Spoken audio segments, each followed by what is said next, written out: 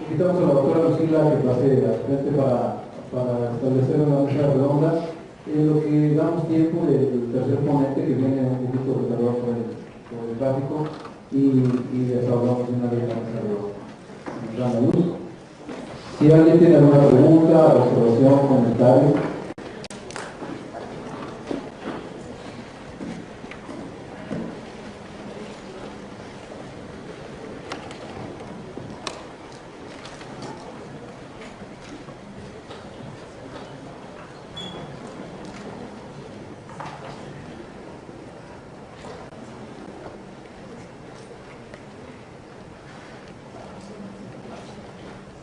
¿No hay preguntas? Ay, no puede ser. Fue demasiado. A experiencia, crítica, sí, doctor. Bueno, una de las cosas que yo veo en la comunidad hospitalaria es que los pacientes tienen una tendencia a que lo hacen en unidades que tienen más, digamos, más incidencia de pacientes.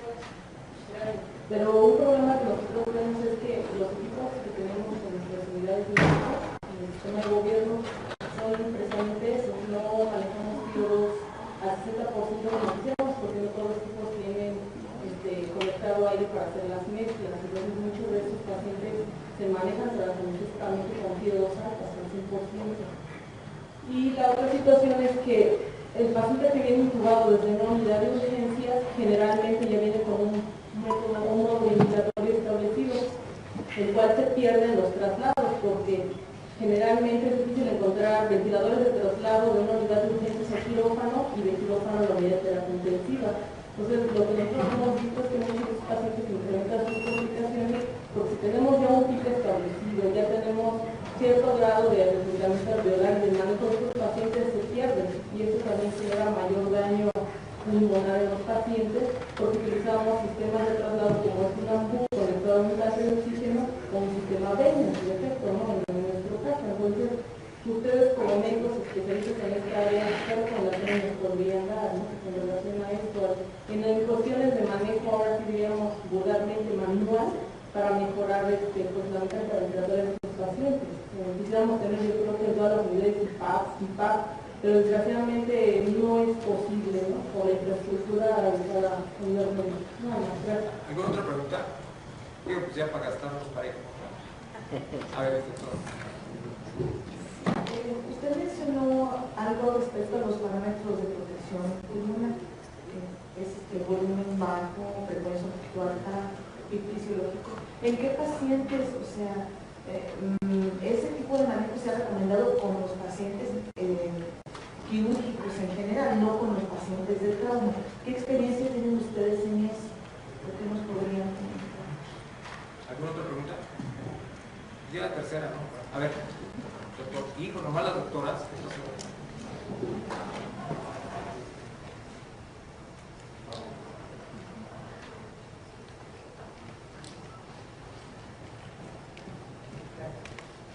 ¿Qué experiencia tiene el doctor ahí en el hospital con los pacientes con trauma y de neuroquirúrgico? Porque es una pelea constante entre el neuroanestesiólogo y el de terapia intensiva o el de terapia ventilatoria sobre el manejo del PIC, sobre todo en pacientes que tienen compromiso torácico, pero aparte tienen compromiso de un traumatismo craneoencefálico, algún hematoma activado, cerebral, sobre el PIC.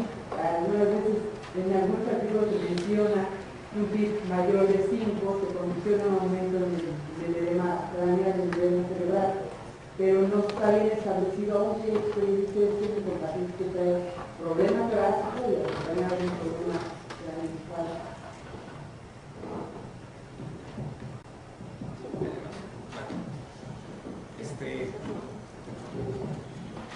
Bueno, yo me tomo el atrevimiento primero de comentarles que ahorita en relación a lo que usted pregunta, doctora, ya llegó el doctor Fortuna, que nos faltaba para complementar lo de trauma de cráneo, el manejo ventilatorio en el paciente con trauma de cráneo, ¿sí?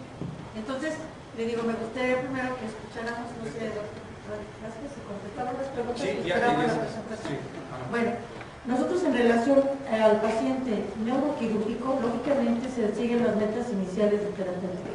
es decir, la oxigenación al 100%, liberación de la vía de intubación, la sedación. Aquí juega un papel sumamente importante, someterlos a ventilación controlada, ¿sí? No debemos permitir que haga ningún esfuerzo el paciente desde que llegue, porque esto nos incrementa la presión intracraniana. Y ahorita va a ser hincapié seguramente el doctor Jorge en relación a esto, pero les digo, ahora el PIP no está indicado de manera inicial en un paciente neurológico. Obviamente, si se asocia ventilación, alteraciones en el trauma del tórax, se da prioridad a la evacuación de una masa ocupativa cerebral y posteriormente ya manejar el PIP a las condiciones que requiere el paciente o que nos permita su condición hemodinâmica, ¿sí? Entonces, les digo, se da prioridad al drenaje o al manejo quirúrgico antes que la modalidad ventilatoria de un PIB elevado, porque tenemos pacientes, insisto, con bajo gasto cardíaco. Por lo tanto, sería deleterio. Definitivamente no sería prioritario en ese momento. En la fase aguda o en el manejo inmediato quirúrgico desde mi muy particular punto de vista, por lo que ya mencioné, ¿sí? Entonces, les digo eso en relación a lo que preguntaba la doctora.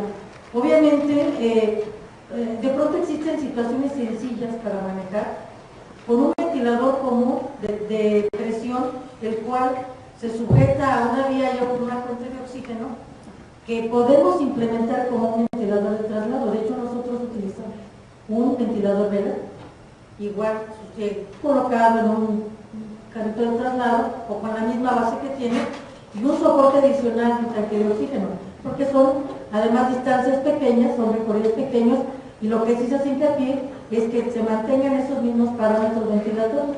Entonces se entrega a la unidad de anestesia, se pasa el paciente con todo el ventilador hasta que los médicos anestesiólogos lo instalan obviamente en su mesa.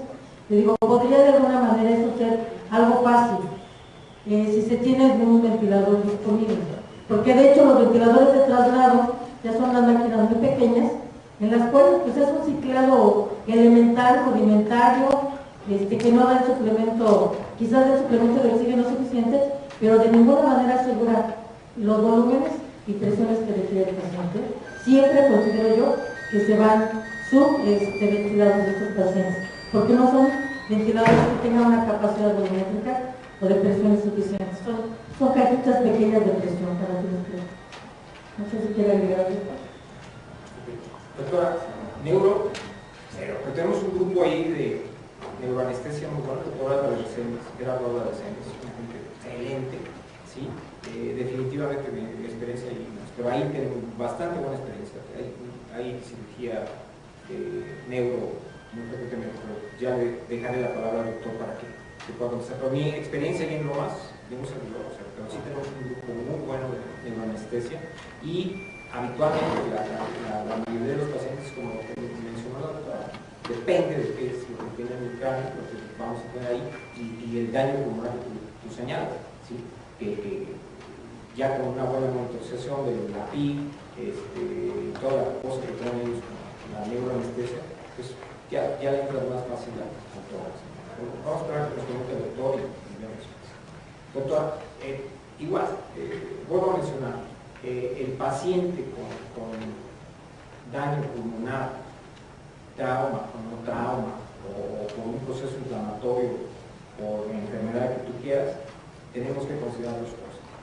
¿Cómo está esa elasticidad? Dependiendo de esa elasticidad, vamos a determinar volúmenes altos, volúmenes bajos, frecuencia respiratoria y mi confianza. ¿Cómo me la quiero llevar? Es lo que tengo que ver. Y hablando de tu ventilador de anestesia, no de los ventiladores, o sea, de tus ventiladores, yo ahí voy a determinar por eso que el paciente es un pulmón que está rígido, que no se mueve, pues tengo que ir con unas presiones cuidando que no vaya a hacer un daño más severo, y sobre todo la parte hemodinámica, ¿no? Mi parte del intersticio, del alveolo intersticio y de mi vasculatura, ¿no? Que un alveolo bien distendido, con mucho volumen, con poca frecuencia, que no está reteniendo sobre distensión, le va a fastidiar el vaso y voy a tener un paciente chocado. A chocar, echarle más volumen. No, es que tengo lleno de aire el pulmón y estoy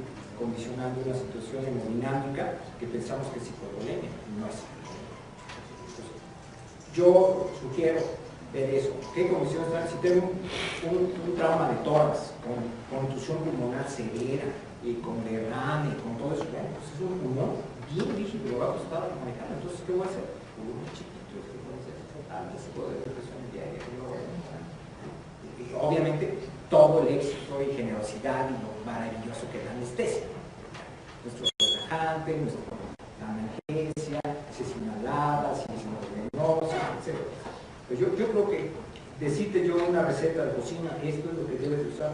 Tú tienes tus elementos y en ese momento, como te lo diga tu intensivista, se te pasa de terapia intensiva a unidad de cuidados anestésicos o es un defecto de urgencias a tu unidad de anestésicos. Esto no es receta de cocina, esto no es, pero sí les digo que tienen sus equipos para poder hacer esas dos cosas, jugar con la frecuencia, flujos, tiempo, ¿sí? y volumen. ¿Por qué 6? ¿Por qué siempre no poner 6 a 6? ¿Por qué no 12? Todo depende de lo que voy a meter y cómo va a tener frecuencia. ¿De qué va a depender? ¿Obstrucción o restricción? Es lo que tengo. Si tengo un quemado que tiene quemado toda la diaria, ¿cómo voy a usar? ¿Qué voy a utilizar? ¿Presión o volumen? No, eso es lo que tenemos que ver. Pero su máquina, lo que quiero es que volteen a ver su ventilador y su monitor, volteenlo a ver. Tiene suficientes herramientas para poder desarrollar eso. Tiene suficientes herramientas. Entonces, eso no es una receta de cocina, no quiero que se lo lleven eso. Yo les puse eso es lo que tienen, porque yo los tengo que imaginar. No mi máquina, mi unidad de cuidados anestésicos. ¿Qué máquina? Unidad de cuidados anestésicos con mi ventilación. ¿Sí? Definitivamente sabemos las limitaciones. Así como ven, luego tenemos un chorro de limitaciones, veras, ¿sí? Porque tenemos negro, tenemos algunas salas con monitores espectaculares, pero ustedes seguimos teniendo los mismos para. Igual, hay que, este equipo que les enseñé de flujos altos, se puede hacer, cuesta, son unas plataformas que tienen un costo de $6,000, ¿sí? Pero lo podemos hacer seguramente, biomédica, sus técnicos de terapia respiratoria deben tener blenders, deben tener válvulas de PIB. ¿Sí? Entonces yo a mi vein le coloco una T, le pongo una válvula de PIB y con mi valvulita le estoy regulando más eso. ¿Sí? Creo que hay esa posibilidad. Hay resucitadores que traen ahora ya manómetros para PIB que están al alcance de nosotros. Yo les sugiero que se acerquen a su unidad de cuidados respiratorios y a la terapia intensiva y herramientas que tienen ellos poderlas generar y tenerlas en esto. Sí, estoy totalmente de acuerdo. Una vea es un lujo, ¿sí? Sí, lo sé. Ya ves que todavía hay unidades que tienen 7200 AE. Totalmente, estoy de acuerdo.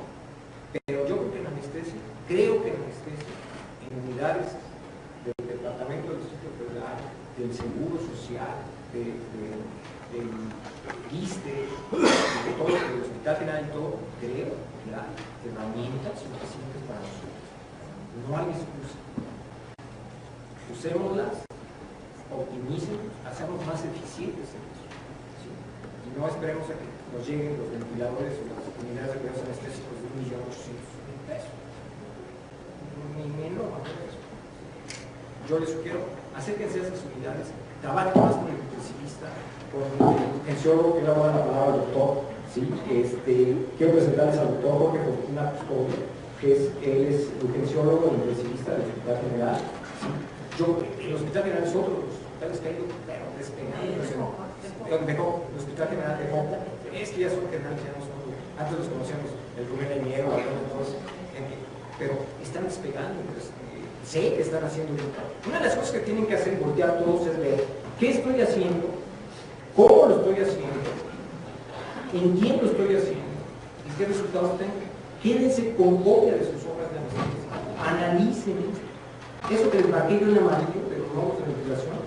Marquen ustedes, a ver, en este paciente ustedes soportan presión, en este ustedes úsenlo con los pacientes que no son necesariamente tengan plan. Vean los cambios fisiológicos, vean lo que hay en el paciente. Cómo prenderlo, cómo ponerlo, cómo titularlo. Esa es la idea de que hayamos puesto este módulo de ventilación, para que ventilación sea un volteen a ver sus ventiladores de anestesia, volteen eso, vayan a la terapia intensiva y vean que son similares. Vean las sábanas de terapia intensiva, vean cómo está haciendo la evolución de la gasometría. ¿No? Por favor, cirugías de 3, 4 horas, ninguna. Vean qué están haciendo. Analicen esa parte. ¿Qué estoy haciendo? ¿Cómo lo estoy haciendo? ¿Dónde lo estoy haciendo? ¿Qué resultados tengo? Esos son trabajos de investigación. Esos son postos. Esas son ponencias. Eso es lo que necesitamos. Sobre todo los jóvenes que veo aquí, que hay muchos jóvenes, es lo que se necesita. Volteen a eso. Comiencen a hacer, pasen de ser anecdóticos a ser gente, a hacer medicina basada en evidencia. Eso no es de investigadores, esto es del día a día, al día a día. Y más los que somos profesores de cursos de anestesia, hay que incentivar eso. Las unidades de cuidados anestésicos que tenemos en todos los hospitales que están aquí presentes, representantes de ustedes, hay todos los elementos necesarios. Hay todos. Bueno, doctor, tercero la palabra. Estamos ávidos en el examen de